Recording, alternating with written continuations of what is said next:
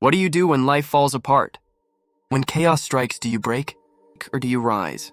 The Stoics found answers, and today so will you. There's a turmoil inside us that originates not from our circumstances, but rather from our judgments about those circumstances.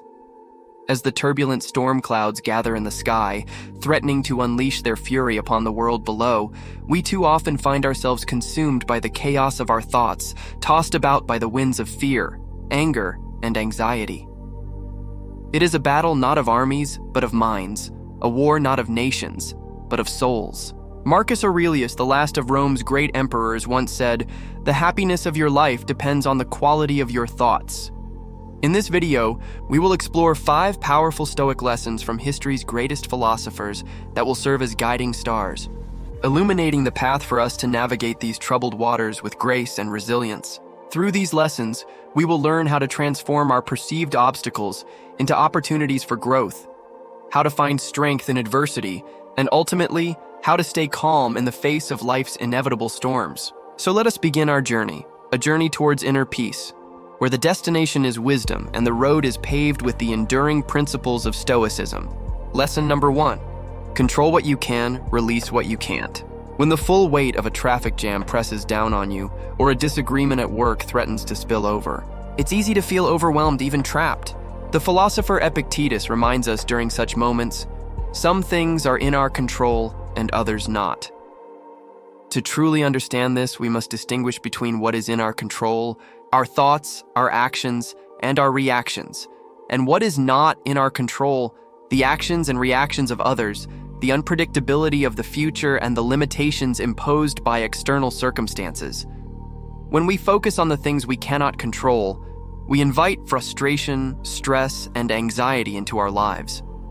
However, when we shift our attention to the things we can control, such as our attitude, our choices, and our efforts, we open the door to peace, clarity, and determination. By practicing this daily, we cultivate a sense of serenity amidst the chaos, a calmness that stems not from the absence of challenges, but from the strength of our resolve. As the crashing waves batter the rocky shore, crashing relentlessly against the steadfast cliffs, so too do the challenges of life assault us, wave after wave. Yet just as the cliff stands firm, rooted in its strength, so too can we remain unshakable in the face of adversity. But what does it mean to be steadfast? To be unwavering? It means to stand firm in the face of life's challenges without allowing them to shake our inner resolve. It's about finding that inner core of strength, that rock within us on which we can depend.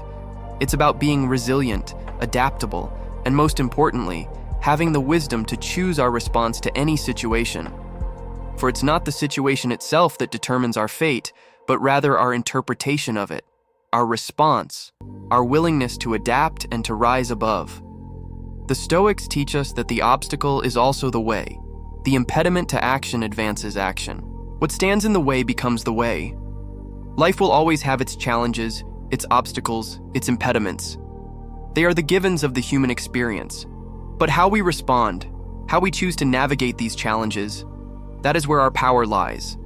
That is where our story is written. Do we crumble in the face of adversity, or do we rise up, dust ourselves off, and adapt, becoming stronger and wiser in the process?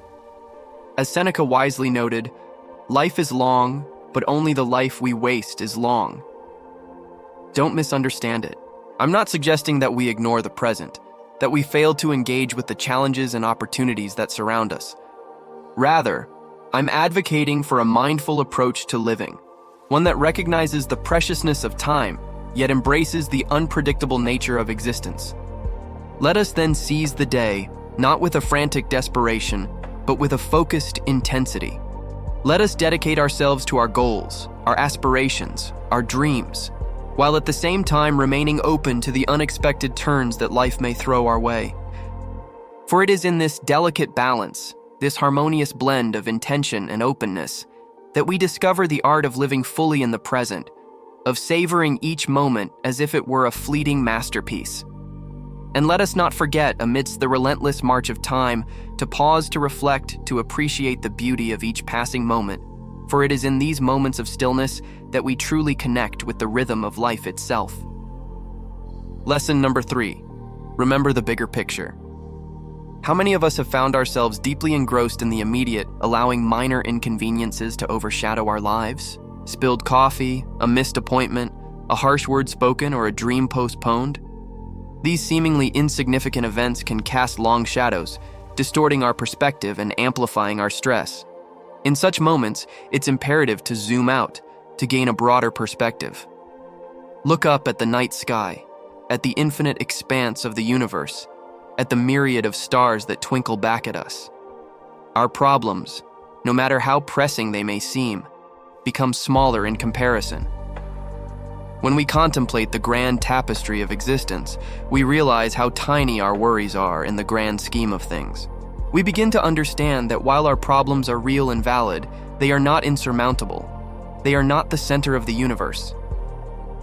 Marcus Aurelius reminds us, "When you arise in the morning, think of what a precious privilege it is to be alive, to breathe, to think, to enjoy, to love." In this, he encourages us to start each day with gratitude, to wake up and acknowledge the simple miracle of being alive. He urges us to cherish each breath, each thought, each emotion, for they are all gifts that make life worth living. And so the next time you find yourself caught in the throes of a minor setback, take a deep breath, close your eyes and imagine the vastness of the universe. Picture your worries as tiny specks of dust floating in the cosmic expanse. Suddenly, your problems don't seem so overwhelming, do they? You begin to see them in their true proportions, realizing that they are not the end of the world. This exercise in perspective allows you to return to your daily life with a lighter heart, ready to tackle your challenges with renewed vigor and a sense of calm. Lesson 4. Practice discomfort, build calm. In the fast-paced, pleasure-driven world we inhabit, the concept of embracing discomfort might seem counterintuitive. Why would we willingly seek out experiences that cause us physical or emotional unease? But the truth lies in the paradox. Just as a muscle grows stronger through exercise, so too does our mental fortitude increase when we confront and overcome discomfort. The Stoics understood this principle well. They recognized that life was not meant to be a constant pursuit of pleasure, but rather a journey of self-mastery and resilience. Seneca put it succinctly, "He who is everywhere for profit is nowhere at ease." When we constantly seek pleasure, we never allow ourselves to settle, to find contentment. We become like a ship without an anchor, tossed about by the winds of change.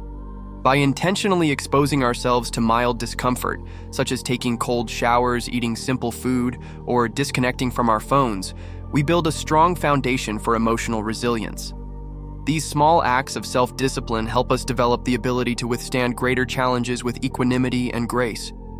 Furthermore, embracing discomfort allows us to disconnect from the constant stimulation of modern life and reconnect with ourselves. It provides us with the space and quietude necessary for introspection, for self-reflection, and for personal growth. When we turn off our phones, we create a barrier between ourselves and the incessant demands of the digital world.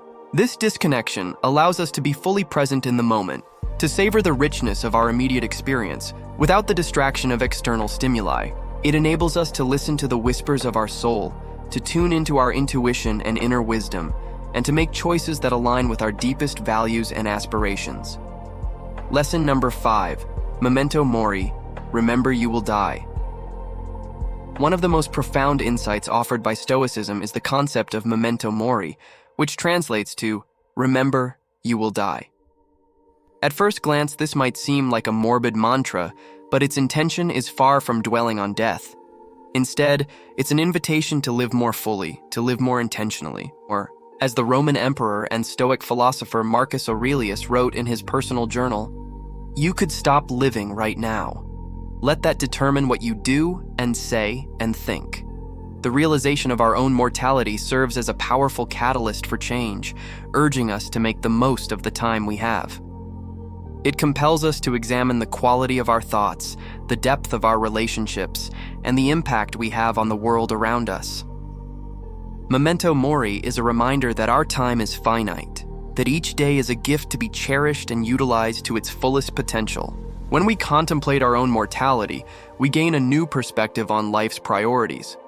It helps us to detach from the things that do not truly matter, to focus on what is important, and to invest our time and energy accordingly. Moreover, understanding our own mortality fosters a deep sense of gratitude. It allows us to appreciate the preciousness of life, to marvel at the beauty of each passing moment, and to embrace the challenges and joys that come our way with open arms. When we live with a deep sense of gratitude, we enrich our lives and those around us. So let us heed the timeless wisdom encapsulated in the phrase, memento mori. Let us carry this truth with us as we navigate the complexities of life, using it as a guiding principle that leads us towards a more meaningful, more fulfilling existence. As the sun dips below the horizon, painting the sky in hues of gold and crimson, I invite you to pause for a moment and reflect on the lessons we've shared today. How can you apply them to your life right now? How can you incorporate the principles of Stoicism into your daily routine to help you stay calm in these hard times? Perhaps you can start by focusing on your breath, anchoring yourself to the present moment, or maybe by reaching out to a loved one, expressing your gratitude for their presence in your life. Maybe it's as simple as stepping outside, feeling the sun on your skin or the wind in your hair, and acknowledging the beauty that surrounds you. Whatever it is, I encourage you to take action.